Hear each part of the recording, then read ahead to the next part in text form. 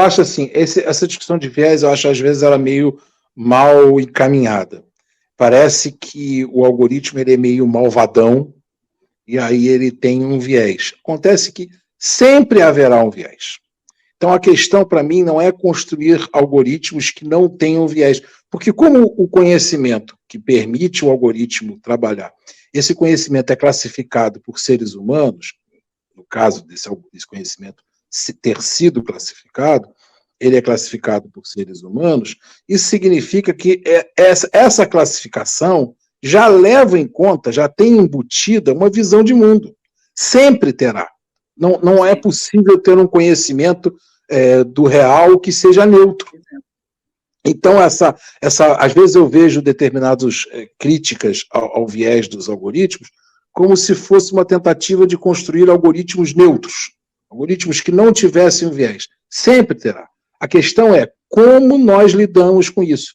De que forma esse viés está explicitado. Porque se isso está explicitado, isso está aberto ao debate.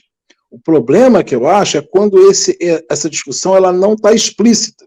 Você não consegue identificar quais foram os critérios adotados para a classificação daquele conhecimento. Por isso o tema da ontologia dos bancos de dados, que parece um palavrão aí, mas na verdade nada mais é do que a classificação que se utiliza para esses bancos de dados, esse tema deveria tomar uma atenção enorme na sociedade.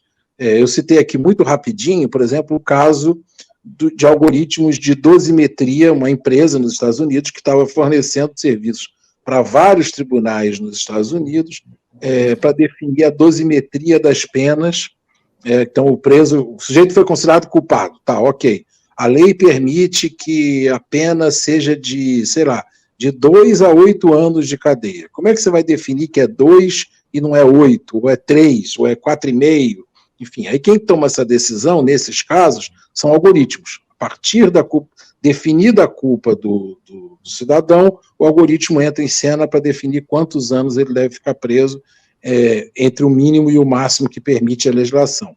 Uma investigação de uma agência de notícia americana bem progressista, bem avançada, que é a ProPublica, constatou que esse algoritmo tinha... Assim, o critério que era utilizado era a possibilidade de reincidência, que é uma piração, né? Você está trabalhando com algo que ainda vai acontecer, né? E aí a ProPublica descobriu que ela pegou um intervalo de tempo de 2 anos, definindo esse intervalo como um tempo razoável de reincidência, e descobriu que o falso positivo era muito maior entre negros e latinos do que entre brancos. Ou seja, aquilo que o algoritmo dizia, esse sujeito tem uma grande chance de reincidir, e ele não reincidia, né? Esse falso positivo era muito maior entre negros e latinos do que entre brancos. Isso significa que o algoritmo era malvadão? Não. Significa que esse algoritmo aprendeu com dados que são dados de uma sociedade racista. O sistema carcerário norte-americano tem uma presença de negros e de latinos muito maior do que a presença de negros e latinos na sociedade americana, né? Você tem, X% de negros na sociedade americana e 3x de negros, percentualmente, nas cadeias.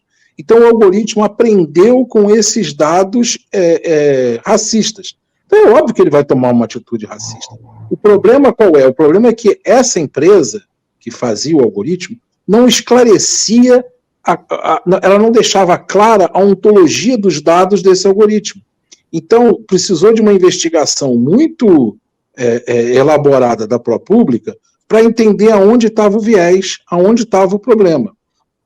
Então, eu acho que é fundamental a gente ter regras de transparência, mas dizer o seguinte, olha, eu quero saber como esses dados estão sendo classificados, eu quero saber qual é a ontologia que está regendo esses dados, para que eu possa saber como é que esse algoritmo vai aprender com esses dados, entendeu?